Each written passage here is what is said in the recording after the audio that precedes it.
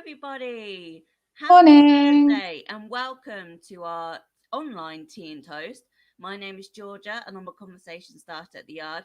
And I'm joined once again. I'm so lucky, Jazz, to have your beautiful smiling face Week. to join me What a today. week. Twice already this week. Good morning. How are you? I'm good. What's your internal weather today? Oh, my internal weather is a big, dark rain cloud with it. We're in like the worst storm you could imagine.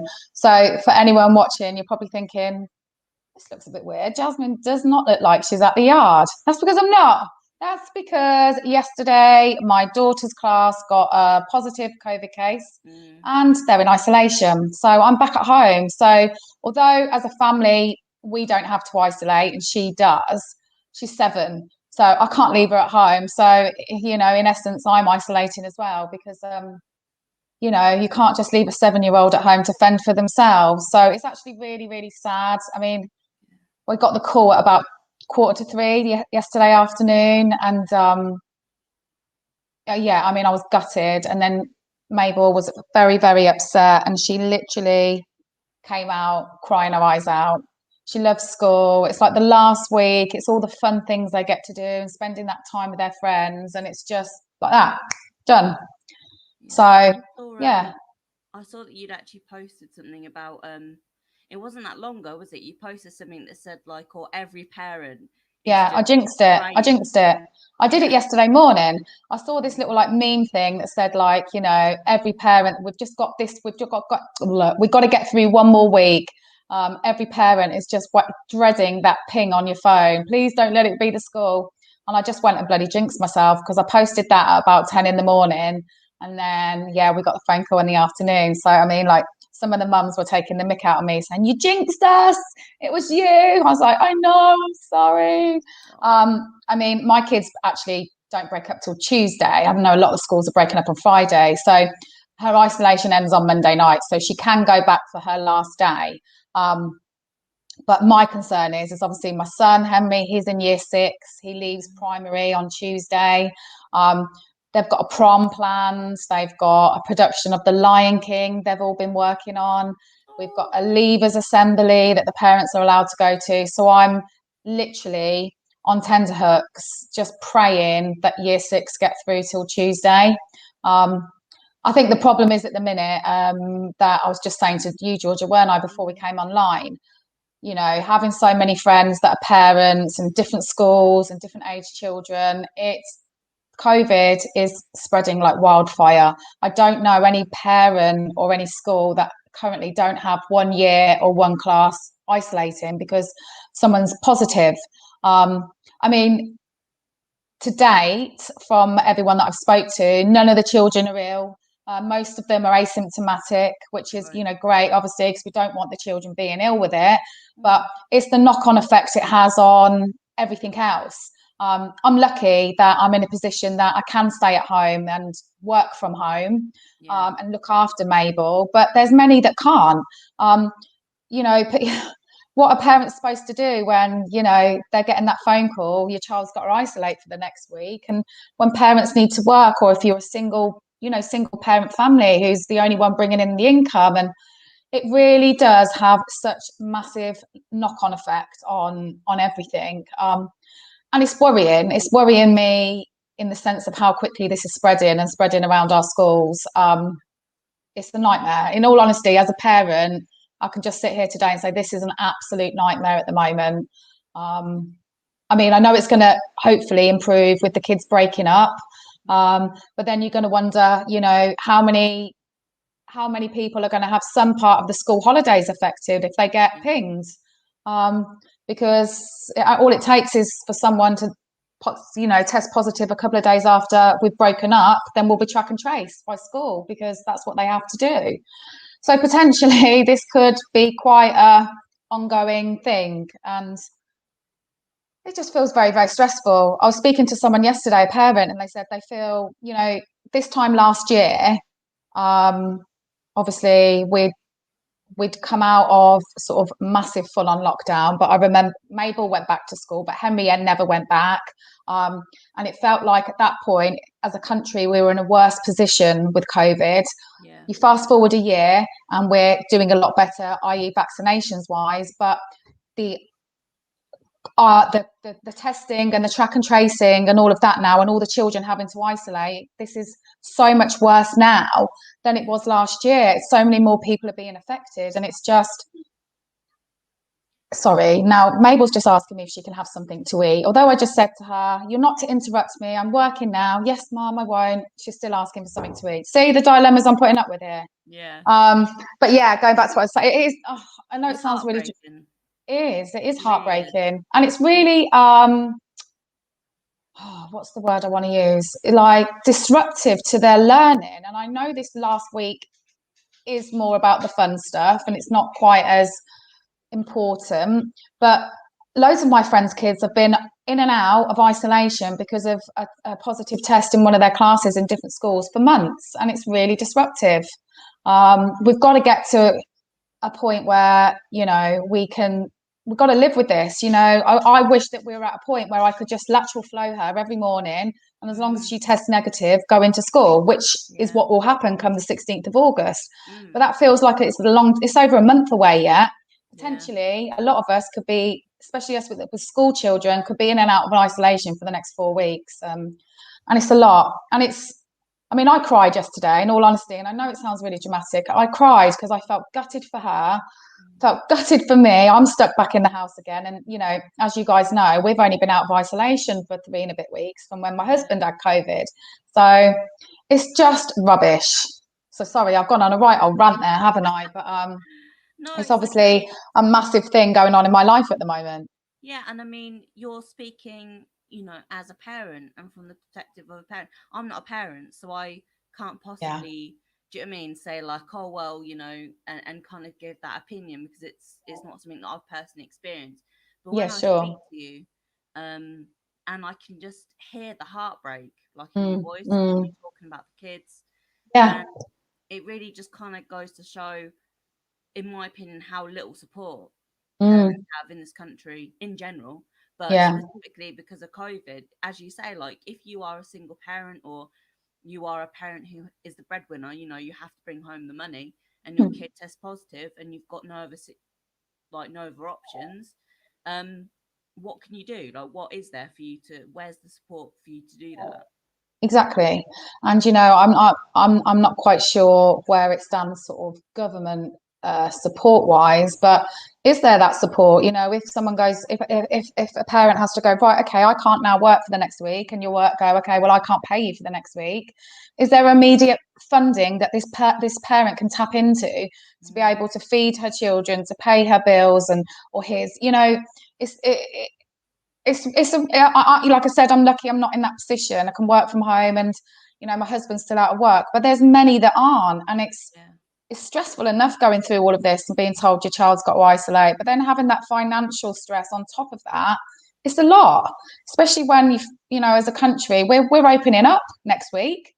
This is supposed to be Freedom Day. This is supposed to be a happy, I feel like by the time we got to Freedom Day, shouldn't this be the time now where we're not feeling so concerned about COVID, where we're not feeling so concerned that one of our kids are going to get it? And it feels the worst ever at the moment with the schools. It's Do you just think? horrendous. Do you think that that maybe there's been like too much of a like bigging up of Freedom Day? Like, do you think that the kind of press and government are kind of amping everyone up for it, but then behind the Yeah, scenes it's like, well, what about XYZ? Do you know what I mean? Like, what about, what if this happens, or you know, yeah. where's the support? And do you think that? Definitely. Yeah, definitely. I mean, we've had the conversation before about, you know, what do I think about Freedom Day and whatnot. And to be honest with you, I feel like my head's been slightly changed in all of that, because I was sort of like, yeah, I'm up for it. And this, you know, and it's only really been over the past sort of week, 10 days, where the cases are now rising so quickly. Yeah. Don't get me wrong, I'm double jabbed now. Loads of people are double jabbed. I know the vaccine process has been amazing. I know the likelihood of us who are double jabbed and our children are not likely, fingers crossed, to get very poorly with it. But it's the disruption to people's lives, and that's where I think that's been a massive gap in what the government are thinking. If we're opening up on the 19th of July, then we then have to wait till the 16th of August for the track and trace to be changed. Well, that makes no sense because we've got another 4 weeks, and Boris is expecting the numbers to go up. I mean, they've basically said, haven't they, that this is going to happen. And yeah, just what Sophia's just put in the comment. She says, "I think the term Freedom Day is a poor phrase by the government. I feel like it's reminiscent of like World War Two. You know, when you had like V-Day, and Yeah, you yeah. know how we always celebrate that, don't we? And I feel like Well, sorry, go on. I was just gonna say, and I feel like that's kind of similarly the kind of thing that they're going for. They're trying to call it a day, like make it a day that Yeah, and I feel like all they're over. trying to big themselves up. Look what we're doing. We're giving you your freedom. It's Freedom Day. And actually, the ironic thing is, it's not Freedom Day for me because me and Mabel are still in isolation. So it's not Yeah, Freedom Day. Do you know what I mean? Oh, wow, I could go to a shop and not wear a mask if I want. Well, I can't go to a shop because my daughter's having to isolate. So I can't even leave the house. It's like, so oh, so frustrating. Freedom Day is completely a terrible phrase that they're trying to use. It's not Freedom Day. It's not going to be Freedom Day for a very long time. It's a day of the government turning it over to us and putting the responsibility onto our backs so they can go, well, hang on, we told you to, it's time to make your own decisions and you've made the wrong decisions. That's what it is. In a nutshell, I think. the fact of the matter is, the general public cannot be trusted.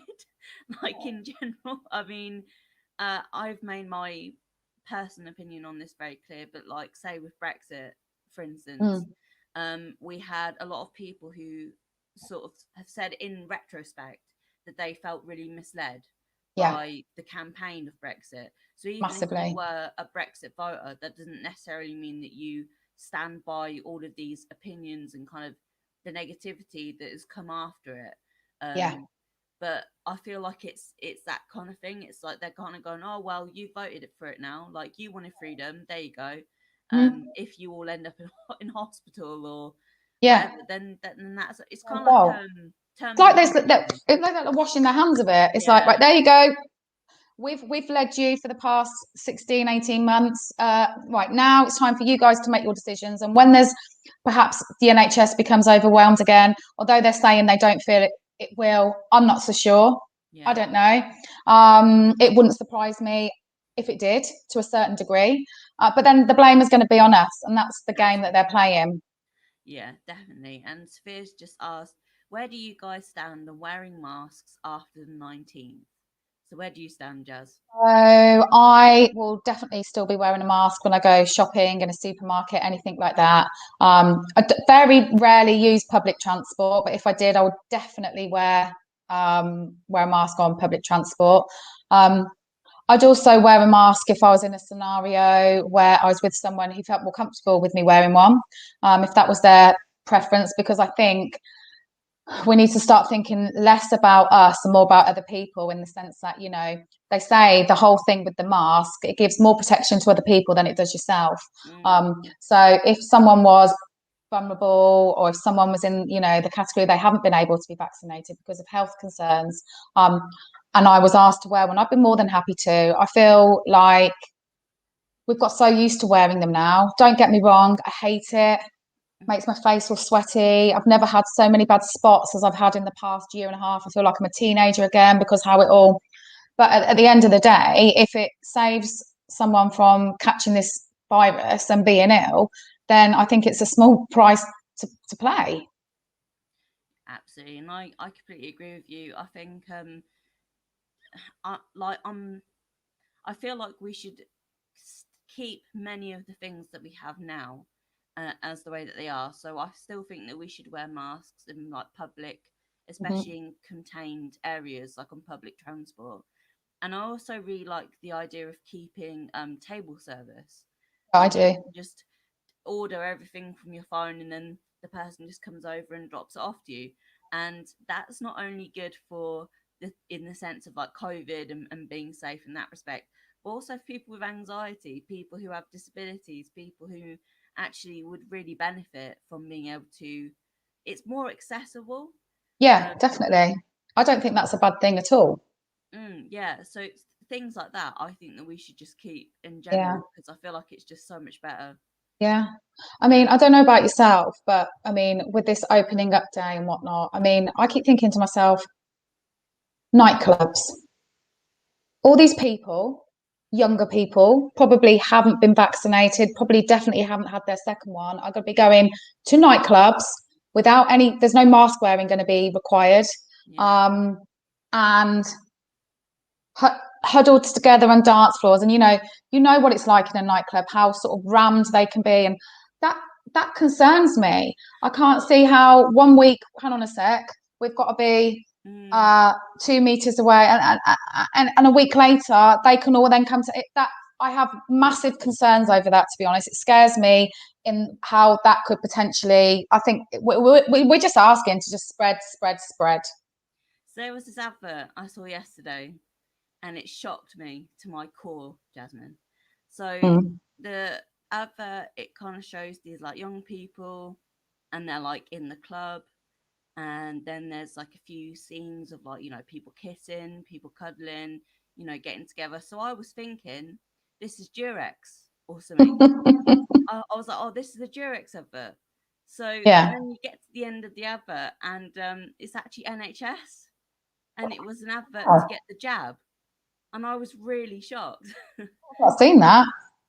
Yeah, I honestly thought it was something Yeah. Oh, because it was like encouraging I'll have to, cuddling and yeah, kissing I'll have and to have a look for that. Yeah, keep an yeah, eye out for that Google it one. because Yeah, I will. I was genuinely like, what?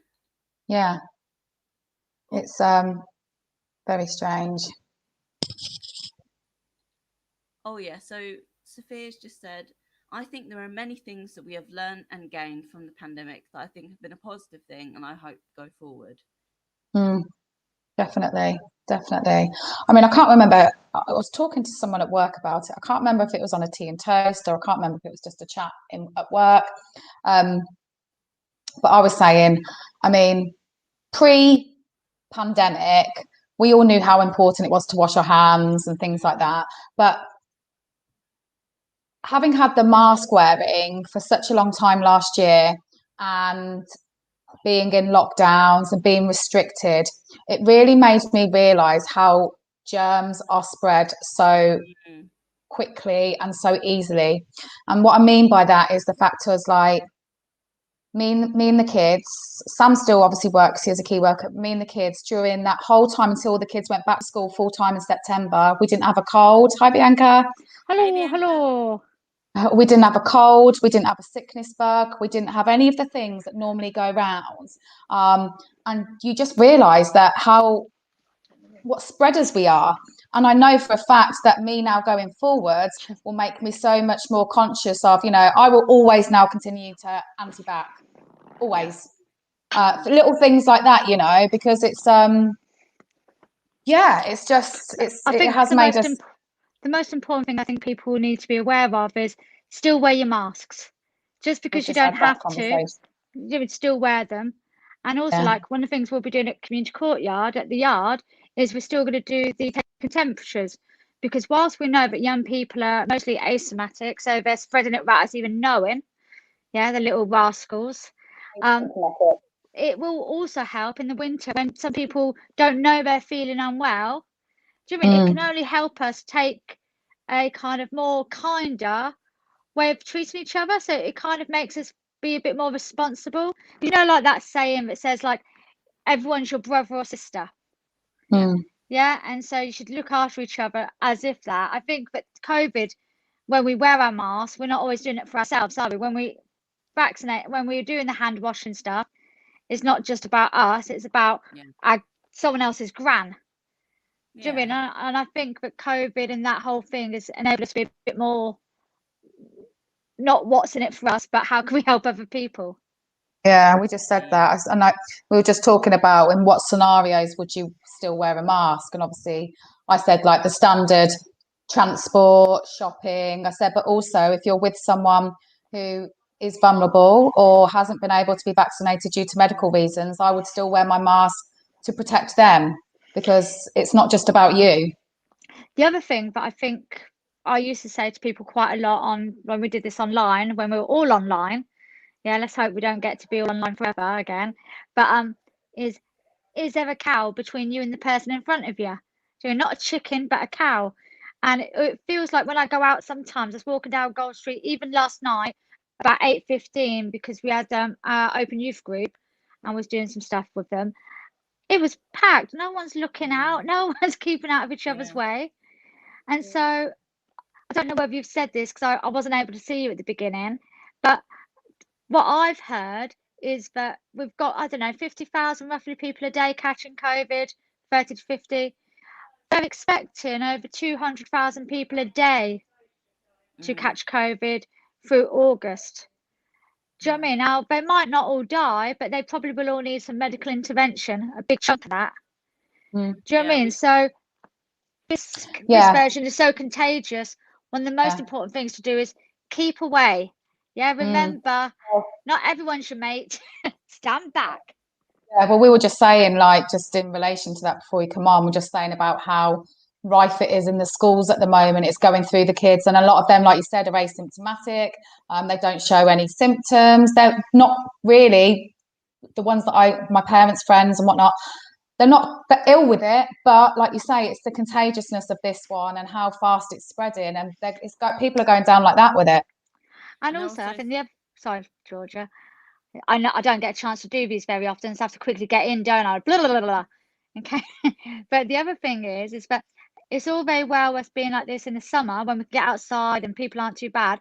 But in the winter, we know that having the flu can lead to pneumonia, can lead to death. The flu.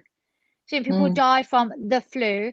So to underestimate the kind of potentness and the potential potentness of this as we go into autumn, and I know that's like a swear word, isn't it? Because we haven't even had summer yet. Do you mean? I was looking at my weather yesterday, it said sunshine. I've got the dress on, Georgia, feeling all summery. Went outside to do the shopping with my mum. Brown, black, grey clouds. Do you mean with the promise of rain in their eyes? I filled the paddling pool up. I thought, oh well, with Mabel off, I'll get the paddling pool out. She can play in that because it's going to be boiling. Blooming freezing out there. Mabel will still play on it because she's hardcore. She asked at 9:30 if she could go in it. I said no, it's too early and it's too cold. 10 o'clock, you'd be perfect. Yeah. Cool. What else are you both chatting about? Sorry to interrupting your flow, ladies. No, fine.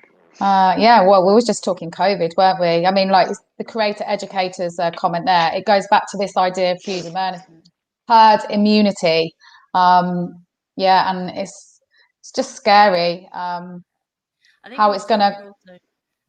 Sorry, Jazz. I think we're also talking about like how basically there doesn't feel like there's a lot of support from the government.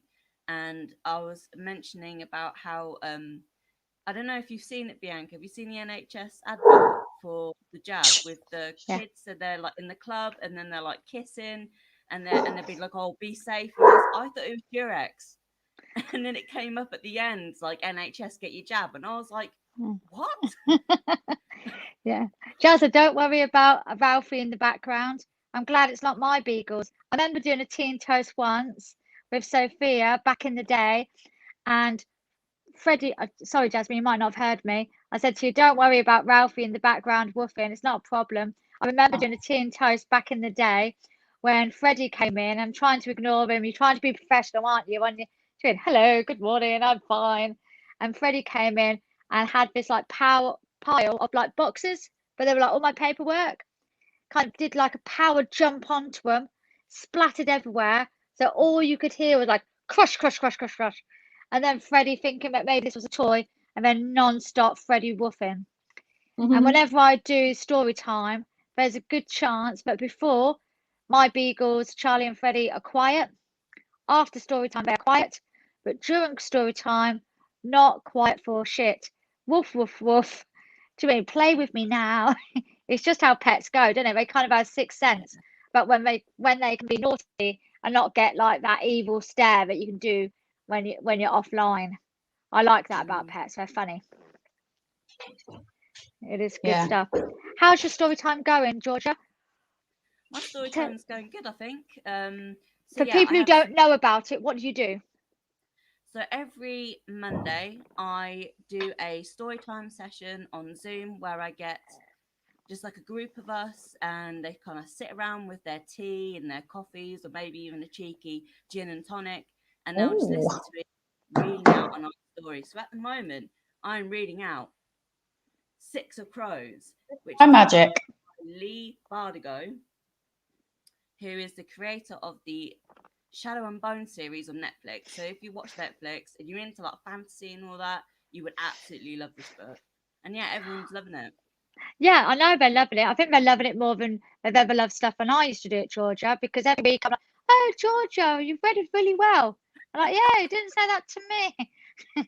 But the good thing about Storytime that I've always liked is it started off because when the pandemic happened, Breast Friends Northampton, which is a group of people who support women with breast cancer, they were looking for someone to meet up in a coffee shop and do read a bedtime story to. Let's have a story time. So they went to Rushden Lakes, and Sophia and we read The Curious Incident of the Dog in the Nighttime. But obviously you can't read the whole book, but it was great. All the women turned up in their pajamas, blankets, hot chocolates. Felt a bit out of place in like kind of my normal clothes. But it was really nice, and people even fell asleep because that's what you want to do with your children, isn't it? You're telling stories like, go to sleep, child, now. So when I've had enough of you, what story can I read? And so when the pandemic happened, we agreed to keep doing it. So we've now been doing it for over a year and a half. And it's nice, isn't it, Georgia? It's kind of a nice feeling. It is really nice. The women are lovely. Yeah, the women are really, really nice. And it allows me to be very eccentric and very theatrical, which obviously I love. So I get to do all the voices. I do like the little, if it says, oh, he snorts, I go like that, and I do all the sound effects. So if you want like a full sensory experience, look no further, because you can't go to theatres, but you can come to Storytime. I think that's brilliant. I really love it. So if you're someone who loves a good story time, or you're just looking for a way to de-stress, because actually life is hard. I was speaking to some people who are social prescribers yesterday. Carrie, that means you. It was lovely to see you at the yard. We were just saying, like, the second part of the lockdown was really hard, and it just feels like people are beginning to recover now a little bit. Do you mean? Because people's mojos went, didn't they? That motivation, that energy was proper right to the bottom last time. And it feels like we're beginning to get that back. But story time is this really lovely way. Put your feet up, relax, connect to a real person while not having to think. You haven't got to join in a conversation. You're on mute. We don't know what's going on. Paint your nails. Don't kick back with your cup of tea. We don't know what's in your cup. It can be whatever you want, unless you're under 18. Then we're going to be checking with our special video cam. Oh, yes. Coming to a house near you soon. Cody. Yeah, we'll check on you, Cody. And Ben, Jasmin, you've got something coming on at the end of the month. Yes, we're doing a relax, unwind. Rewind, unwind. Sorry, I always want to say relax, rewind. I don't know why. I keep calling it R&R, and it's not. Rewind, unwind. So it's like our little version of it's a cheese and wine night. We're going to have some little nibbles. We're going to have a little glass of wine. It's time for us all to come together and sort of share our stories of how, small businesses maybe that have, how we've coped through the pandemic. And, sort of, I think one thing that we always say about at the yard is we really like to be collaborative and work with other people. And I think it gives sort of us a chance to share our stories and share our ideas. And it's meant to be an evening of just chatting and just talking about what we all do, and perhaps making some connections with different people or organisations that you hadn't done before, really, but in a nice social setting. So yeah, that's what it is. 27th of July. So it's a Tuesday evening, 6:30. So yeah, at the yard. So I'm really looking forward to that. I'm all over the nibbles. I'm really looking forward to that. And the good thing about the rewind to unwind is that it's going to be a monthly thing. So what we try and do at the yard, we don't try and do things tokenistically. Do you know what I mean? We've got to be for a purpose. Like, we think it's really important that you get that chance to just during the end of the day. And because lots of Yeah. us are working remotely, like when you're in your real buildings, you get to do that, don't you? You get to offload in the staff room or in the canteen or by the kettle.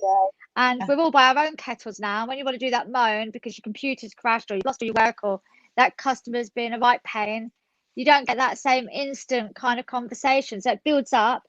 And so this is a real chance to go, you know what? What's gone well? What hasn't? Or if you've got nothing to say, just come and drink the wine with us. Mm-hmm. Do you know what I mean? Which I think 100. is, I think my mum will be turning up for that point. Got a bottle with Yeah. her name on. So that would be quite cool. I think it's great that we get to have that opportunity to connect with other people in Northamptonshire and just kind of support each other and lift each other up, because they're guaranteed someone will have a problem, and they'll feel like, oh, who can I talk to? And it's almost guaranteed, isn't it, that someone in the group will have had that problem and they're able to give them Yeah, advice and be like, oh, don't worry, all you have to do is this, or have you tried doing this, and kind of share that collective experience. yeah. Definitely. The other thing that we're beginning to do, so you might not know as much, Georgia, because you're like a once a week yarder now.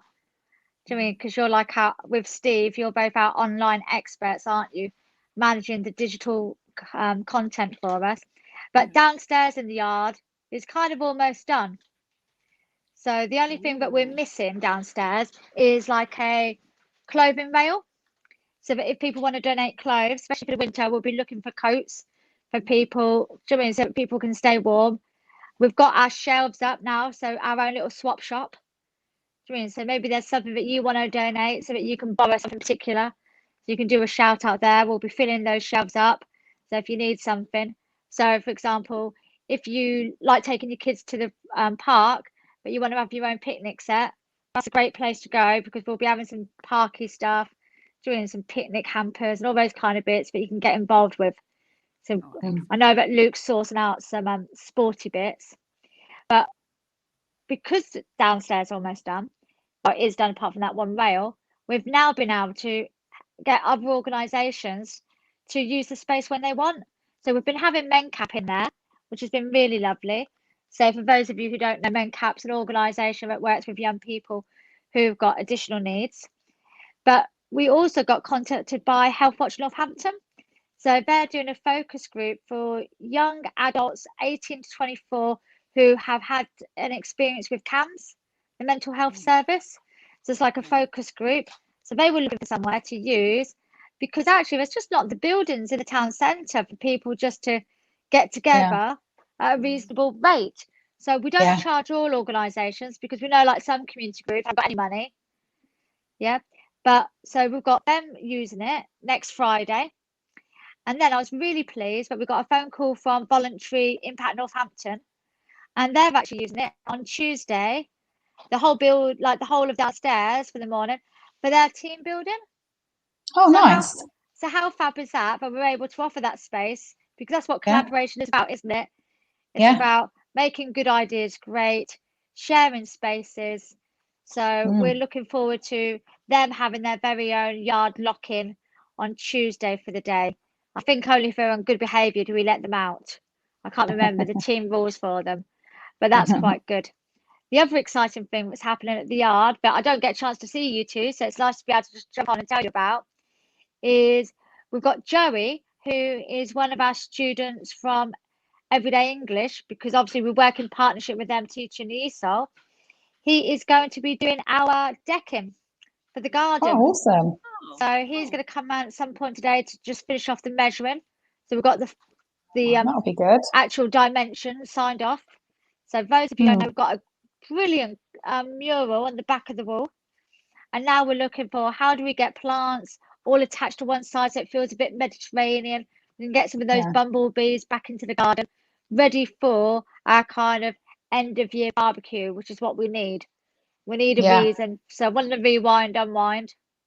Yeah, I said it the right way round, like you, Jazz. I'm not sure. What am I doing? Am I Yeah. rewinding? Am I unwinding? Where am I? Yeah.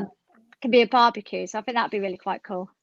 Yeah, that'd be awesome. It'll be great to be able to just utilise that space more as well, won't it? Yeah, absolutely. We've got the gym almost finished. Not that I'm a big gym fan, but we've even got a punch bag now. So you can imagine your worst enemy. Yeah, give a smack on the side. Yeah, and Luke will help you out. We've got boxing classes starting, so that'd be great. And then I know that you've met them, Jasmine, but I don't know whether you have, Georgia, but we've got Kathy from Sew Something. So Oh, she'd I have haven't a little, actually. yeah, so she used to work down the Wellingborough Road. She had her own little shop, but sadly because of COVID, that was no longer viable. So she's using our space. So she's delivering her first workshops in August. So she's doing a sewing for beginners. So this is a paid class. It's a bit different to what we do. So I think it costs £60. It'll be on Monday, the 16th of August. And you can learn how to stick a zip in your clothes, how to use a sewing machine, doing all those basic things that you know that your mum and your nan know, but you've not even known how to thread a needle. Yeah. Yeah. And then she's doing like a mini quilting. So making your own patchwork quilt. And that's going to be over 3 Saturdays. I think that's about £150. So that might be something you're interested in. Or I hear that Georgia might be interested in Dungeons and Dragons. Yes, Dungeons and Dragons. Sounds I'm horrendous. so excited. We've got it on Saturday, don't we? Yeah. And I'm getting well into it. I'm thinking like, right, who's my character gonna be? Am I gonna be an elf? Am I gonna be like a halfling? Like am I gonna be a scholar? Am I gonna be a warrior? Honestly, Bianca, the world is my oyster. Sounds like my worst nightmare. To be fair, I Oh, wasn't sure. Jasmine. I wasn't sure. And then yesterday, or maybe it was the day before, I was chatting to some of the young people. So I chatted to Zach and Tyler. And they weren't sure because I think I am Dungeon Master. Um, I think that's my role. So I don't know whether you remember, ladies, but there was a cartoon called Dungeons and Dragons years ago, and it was like a real short little creature, hobbit-like it, and he used to have a big cape, and he used to like lead a group of people on adventures. So I've ordered the Dungeon Master T-shirt so that people know what I what I am. Oh, And I she's was going thought, for it. Yeah. I don't think I am comparatively to other people. I do believe that some people will be much more go for it than I. Um, I but look I, forward to seeing some photos of this. but I was playing a game of Gloom, yeah, which is as gloomy as it sounds. And then they both said to me, "Oh, you know what, Bianca? I think you might be all right. We weren't very happy about you being Dungeon Master, but a bit like you, Georgia, once you're reading, you're okay, aren't you? You can get into it." So I Yeah. did like public speaking when I was younger, like the kind of lambda exam stuff. So I can do it. I just don't like it. But no one will know. When I go there, I'll be an awesome Dungeons Master dragon thing. I don't know. Something. Maybe I'll be an actual dragon. I don't know whether that's Maybe. possible. But if you are someone who likes Dungeons and Dragons, and that's interesting to you, then come along. I think our first session is all going to be about character building. I have no idea what that means, but by Saturday I will. And then what we're thinking What is time is we're going to meet, I think, at 10 o'clock-ish. Yeah, it I at the think yard? at the yard, 10 till 2, 10 till 4. I'm understanding these are long games. So, Yeah, I've heard it's a long. I mean, you've got to invest some time into it for sure. yeah. But the other thing is that we're obviously doing our stuff, but Free to Talk are using our building on Mondays during some holidays before August, and they're going to do their own mini Dungeons and Dragons. So Cool. if you want to come to the building and have like a practice, don't tell James I'm calling it a practice, then I'm sure there's a chance you can do that. And then what we'll do on this week is we'll decide how often we meet. At the moment, it's in the yard's diary for at least once a month because I think it's quite time and extensive. I don't think you want to do it more than that, do No. you? Yeah. Um, or maybe that's just me. Maybe everyone will go, yeah, no, Bianca. And then in my head, I'll become the Big Bang Theory. I'll be my own Sheldon, which will be, yeah, quite strange. The other thing is, I know like Mabel's off at the moment, Jasmine, but it's next week that school's closed completely, isn't it? Yeah, well, a lot of schools shut on Friday, but a few shut on next Tuesday. So yeah, it's only a few days either way. Yeah, sorry, I'm really itchy today. It's all the hay fever. Just been out and I've got all like the pollen everywhere. It's even worse when you get hay fever and like not the sunshine. I don't mind having like the hay fever if at least I can see sunshine. But I was gonna say, with that, we've got a really good summer program going on this year. So it's our first kind of summer program where we've got stuff at the yard. And because we've decided to move purposefully and carefully, we're going to keep the numbers down to 15 still. We won't be extending that because we think it's more important to offer a high quality service. Yeah. So we are about quality, not quantity. Yeah. So there's lots of other stuff going on in Northampton. But if you maybe want to do the make, do, and mend, you want to do upcycling your clothes, you want to create a whole new wardrobe for yourself over the summer, every Monday morning, that's going to keep happening. Monday afternoons, Georgia is leaving the TV screen and coming into the building. So if you're a young person and you want to get involved in your own story time, we're going to be reading some of the classics from Roald Dahl's Fantastic Fox, The Twits, some of those kind of one-off, really good, but with a little bit of an edge, because I think there'll be some creativity, some chance to really get involved in the stories. I'm really excited about that. Yeah. Tuesdays is all about ESOL. So we know that we've got lots of families who want to learn English. So we'll be teaching English all day, but doing it with a bit of fun. So not those traditional boring lessons. We're going to be having picnics. We're going to be doing stuff, but keeping English in mind. Wednesday is all things crafting. And I know that Sophia's got a few unusual crafts up her sleeve. Because it's a summer holiday program, that will have a charge. So if you've got no money and you can't afford it, not a problem. If you're already a member of the yard, keep coming down. But for those people who've never been before, if you can afford £3, we're asking for people to make a donation of that when they're able to. Thursday is all about Luke. So he'll be doing all things fitness, from boxing to boot camps, from gym exercises. So we've got all of that going on. And then Friday is all about the board games, all about Pac-Man. And then in the afternoon, we're making our own yard magazine. So we're looking for those budding journalists who want to have a go. So we've got plenty, and that's happening every day of the week for the next 6 weeks. So I think it's quite awesome, really. Yeah, sounds loads going on. And that doesn't stop, but Jasmine's tea and toast is going on. Georgia's still going to be online in the morning with her tea and toast, and we've still got the youth club stuff in the evenings. So we're going to be absolutely busy. Did you both get a chance to talk about? Sorry, I look really weird just doing all the itching. The racism stuff. No, not yet. About that this week. The next topic. Next Go topic for it then. indeed. I And shall I shut actually up for a have- minute and let you crack on. I have a little video that I wanted to play just to kind of show what's been happening with the Marcus Rashford stuff. So I'll put that up now. England footballer Marcus Rashford says he will never apologise for who he is after being subjected to racist abuse online for missing a penalty in Sunday's Euro 2020 final. He's taken to social media to say sorry, and he wishes it had gone differently. A mural of Marcus Rashford in his hometown was defaced following the game. Well, the BBC's Phil McCann is there to tell us how the community responded to that. Look at how the community is responding. You can't see any of the abuse here, not just because it's been covered up in bin bags, but because they have been plastered over with, well, hundreds and hundreds of messages of support. This is South Manchester, Withington, the streets on which Marcus Rashford grew up. And it was just a few hours after that fateful penalty in the final on Sunday night that the abuse was scrawled on this wall here. This mural was put up to him late last year because he spearheaded a campaign for the children of people on lower incomes to get free school meals during school holidays across the UK.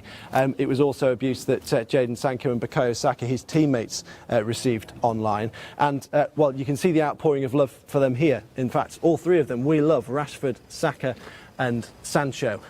This one here, always our hero. And just over here, we've got these hearts here. Rashford for PM, Prime Minister. Marcus, you are adored by everyone. They really sum up the kind of messages here. Now, Marcus Rashford himself has said that what he's seen here in Withington brought him to tears. And on social media last night, he wrote, I'm Marcus Rashford, a 23-year-old black man from Withington and Wythenshawe in South Manchester. If I have nothing else, I have that. Well, it's been just 2 days since England's Euro final defeat, and the row over the online abuse of some players has deepened. England defender Tyrone Mings has criticised the British Home Secretary, Priti Patel, for her response to racist abuse after she previously described taking the knee as gesture politics. Well, I'm joined now by our political correspondent, Chris Mason, who is in Westminster for us. And Chris, thank you for joining us on BBC World. Let me ask you, first of all, when it comes to politics, when we see particularly sports people getting involved, it seems always to have quite a big impact, doesn't it? Yeah, undeniably, because here are people with their own stage, with their own platform, with their own audience. And when, as Tyrone Mings has done, you intervene in as direct, as public, as unequivocal a way as he has, then it's bound to command attention. Let's take a look at Tyrone Mings's tweet. It's worth looking at every single word of it, because he was responding to Priti Patel, the British Home Secretary, Interior Minister, condemning the racist abuse of some England players online after the penalty shootout the other night. Tyrone Mings wrote, "You don't get to stoke the fire at the beginning of the tournament by labelling our anti-racism message, i.e. taking the knee, as gesture politics, and then pretend to be disgusted when the very thing we're campaigning against happens." Clearly, he is boiling with anger at Priti Patel's remarks about taking the knee, that reference to it being gesture politics, but also when she was asked whether she would criticise those small number of England fans who were booing the taking of the knee, she said that is a choice for them, quite frankly. So she was presented with an opportunity to condemn, and she chose not to. And this is provoking a row within politics here at Westminster about this whole question of taking the knee. So Saeeda Varsi, Baroness Varsi, former chairman of the Conservative Party, saying directly to Priti Patel, we as a government and as Conservatives need to think about our role in feeding this culture in our country. If we whistle and the dog reacts, we can't be shocked if it barks and it bites. It's time to stop the culture wars that we are feeding division. Dog whistles win votes, but destroy nations. So Saeeda Varsi there drawing a direct parallel between government rhetoric and the actions of individuals in racist abuse, which the government itself is condemning. And that's why Tyrone Mings sees, as he does, hypocrisy on the part of the British Home Secretary. We've approached Priti Patel for response. She has not responded directly to what the footballer has had to say. Yes, that was a little clip from the BBC. So, Jasmine, how did you feel about it when you saw all this stuff sort of coming out in the news about the abuse that those players have had? Yeah, I mean, we did speak about this. What day was it? Tuesday, briefly. Yeah, it was horrendous. I think it really tarnished what, like I said on Tuesday, when we should have done it. It was all gutted that the result, but it tarnished. Whereas Monday we should have been thinking and talking about how well we did. We got to the final. We came second. What an amazing 6 weeks of football we've all had, and how it's really united the country. And then that was completely tarnished by the absolutely vile racism that took place on those three guys. And I was speaking to someone yesterday at the Yard about it, actually, and I think we might have touched on it as well. It's when you've got the younger generation, when you've got a 10-year-old boy who is mad about football and goes to bed gutted that his team lost, and then wakes up the next morning and the conversation isn't about well, we did really well. It's about mum. Why is everyone saying these awful things about Sancho and Saka and Rashford? And it made me really sad. It made me really, really sad. And I just can't get my head around how people can react like that. Because if the result had been different, if those boys hadn't missed those penalties, they would have been the heroes.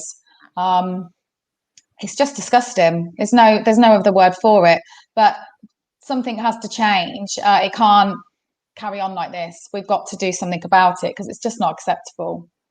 I don't know if you guys saw on Sky News. So there was this comedian, this right-wing comedian called Andrew Lawrence, and he tweeted, I'm gonna say what he tweeted after the Euros. So he said, "All I'm saying is the white guys scored," and then he later added, "Equality, diversity, penalties." And then instead of when he was sort of confronted on this, instead of backing off or apologizing or anything like that, instead he said, "I can see that this has offended a lot of people, and I'm sorry that black guys are bad at penalties." Oh my gosh. See, I take a slightly different approach to this particular issue. Yeah, so what my issue with this is a bit twofold. So I'm a bit like, when the Labour Party had all about anti-Semitism thing, yeah? It was like, why is there anti-Semitism in the Labour Party? There's anti-Semitism in the Labour Party, as there are in all parties, because there are anti-Semites in the country, yeah? So football is not separate from the world, is it? There's not football, and then there's you and I. Yeah, so of course there's racism, because we live in a systematic racist world. We live a racist world where it's racist at grassroots level. It's racist at the police, in systems, in schools, at the government. Do you mean? And it's really ironic that Boris Johnson and Priti Patel are calling out racism when actually they are the perpetrators of racism. Their policies are racist. Their Windrush stuff is racist. Absolutely. We have a prime minister who describes women as letterboxes. So it's really interesting that we've got a government who's trying to get on the back of, the football's great, let's unite the country. None of those footballers want to go and see you, Boris. They don't want to see you because you've failed young people, you've failed their families, and quite frankly, the Tory policies are racist policies.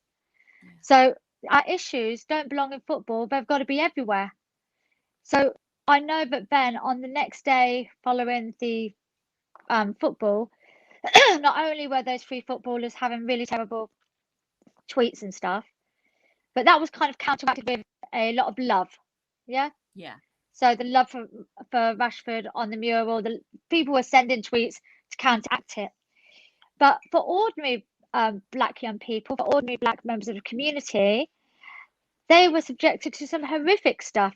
So if you were just an ordinary dude from Northampton, there was a horrific thing on Snapchat saying you punch a black person, but you change that word, black person, to a really offensive word, which we could probably imagine what that was.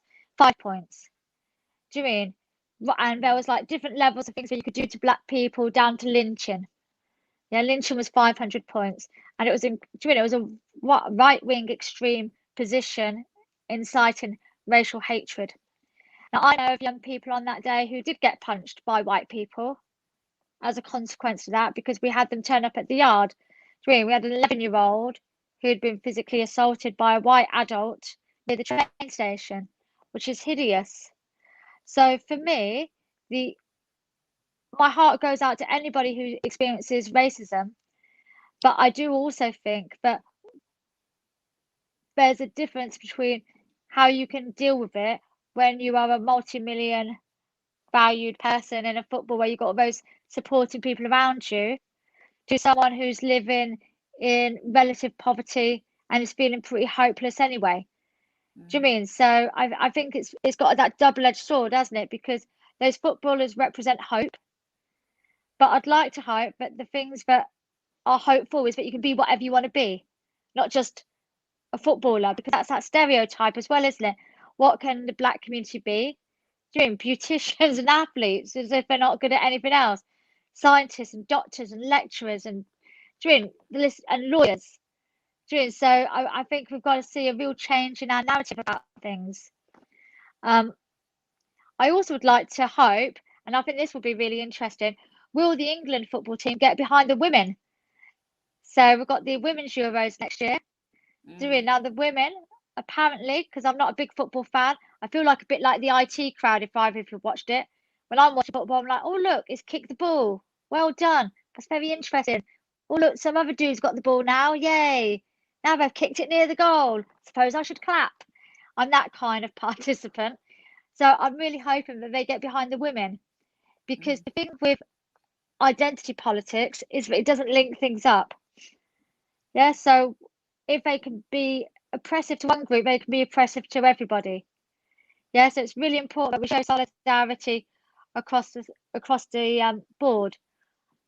I was thinking about what could we do in Northampton or anywhere to counteract it, because people like a good protest, don't they? But we don't really want to protest.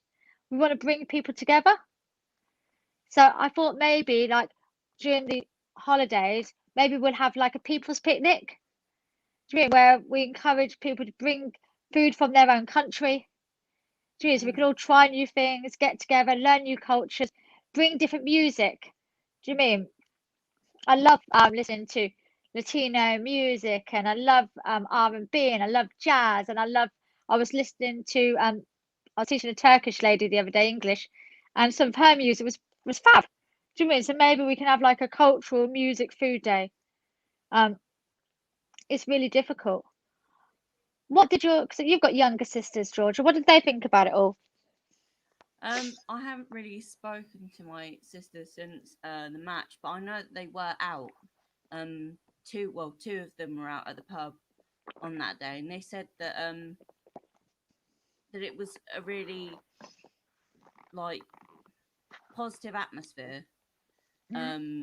Despite the fact that obviously England lost, they said they had a really good time and that everyone was really friendly. And they got home safe, which is like the main thing. And I think a lot of people who knew people who were going out were like texting, emergency service workers, the people who work in pubs and bars and what have you, and saying like, I hope you get home safe and I hope that tonight's not too bad, because there's tend to be a bit of a fallout after football matches, isn't there? Yeah, there does.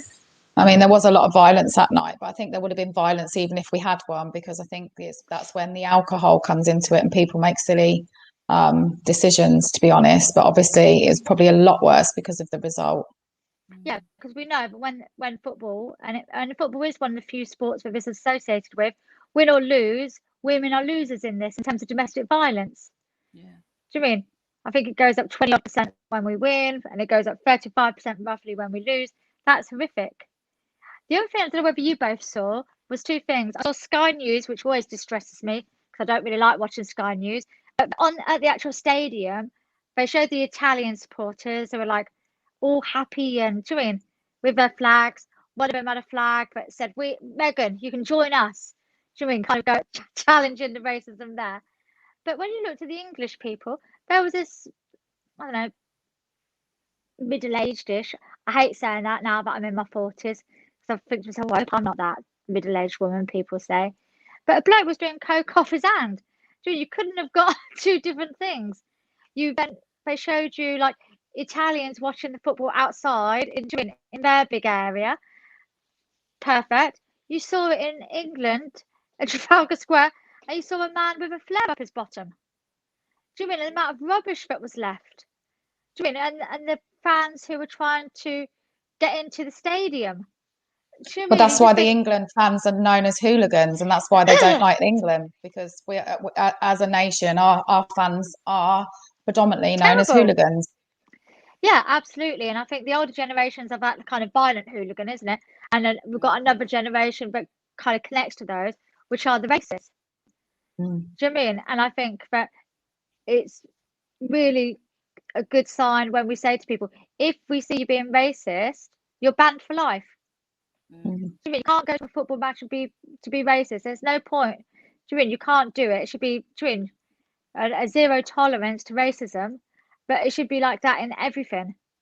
Do you Yeah. mean? And if you're caught out, be prepared that your boss might find out. Do you mean? And generally speaking, companies don't want bad publicity. They don't want to employ racists. Mm. So the consequences could be significant, because we saw that with Donald Trump stuff, didn't we? Yeah. Do you know what I mean? When people were raiding it and they weren't expecting to be ID'd and then lose all of their jobs. Mm. And I think it's the same. Tommy Robinson marches are the same, aren't they?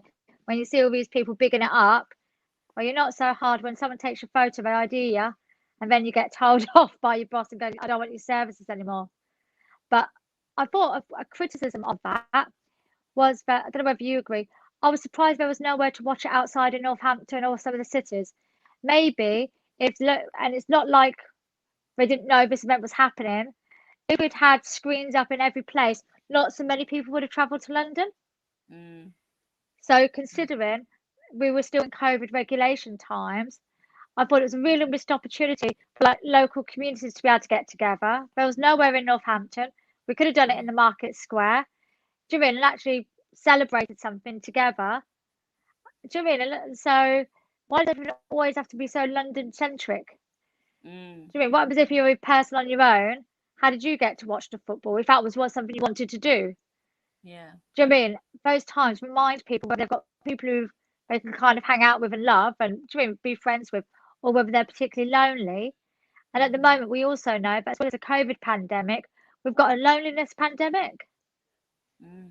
Do you know what I mean? So I just thought that was a big disappointment, because maybe if it'd been local, like Coventry, Milton Keynes, do you mean, everywhere had Yeah. their Yeah. screen up, we might have seen less terrible behaviour in terms of littering and raiding the stadium and some of the kind of strange behaviour, like flares up your bottom. Julian, I don't know what makes you think I'll pull my trousers down and I'll stick a firework up my bum. I just don't understand that. That sounds terrible. But each to their own. Mm. So will you both be wanting to watch the women's football next year? Has it No. got you into that kind of... No? How come? Just doesn't appeal to me. It's just not. I've never watched it. I only watch England. I watch the men's football England when it's the Euros or the World Cup, and that's it. That's as far as my interest goes. Will Henry want to watch the women's football because it's the Euros and they've got more chance of winning? Sorry, I boys. don't know. I haven't asked him. It'd be I think I'll watch interesting. it. Yeah, I think I would. There's supposed to be some really good players. I've never watched really football before. I watched the last match. I was like, yay, number 3. Don't know what you're called, number 3. You've scored a goal. That's really good. So I think I'd feel like that about whoever it was. I don't think I'd mind about what gender they were. Yeah. I think that's what I'll find out when I start watching it next year. Ready for the final. I think already people are saying it's coming home for the World Cup. I think they've forgot to say that it might not be our home. So it might be coming home, but it might be in other countries. Might be going Rome. Yeah, absolutely. So for the rest of the day, what have you both got on? Anything exciting? I'm back at homeschooling. I'm isolating at homeschool again, so that's what I'm doing. So Living I'm the still- dream. fun. I'll just be on social media and also watching Sophia's Crafternoon. I'll be tuning into that. That's at 3 p.m. Yeah, 3 p.m. We've got that, which will be fab. And then we've got boys group. And I am pretending to be a boy this week because Luke is away. And so I am doing all things boyish, if such a thing arrives. But I know we've got some really cool things to be doing. And then we've got open youth group this evening. So if you want something to do, come pop down to the yard, come and have a cup, a game of pool. I challenge you to Pac-Man. I am now less of a beginner. Not an expert, but less of a beginner. So that would be cool. Thanks for letting me pop on today, Georgia and Jasmin. Much appreciated. Thank you for Thanks joining for us. coming on. Yeah, and I look forward to hearing you. And I'll stick you on when I'm in the building tomorrow and get everyone to listen to you. Oh, excellent. Cool. Yeah, and I'll see you both soon. See you later. Bye. Bye.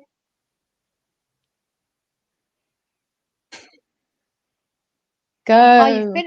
No,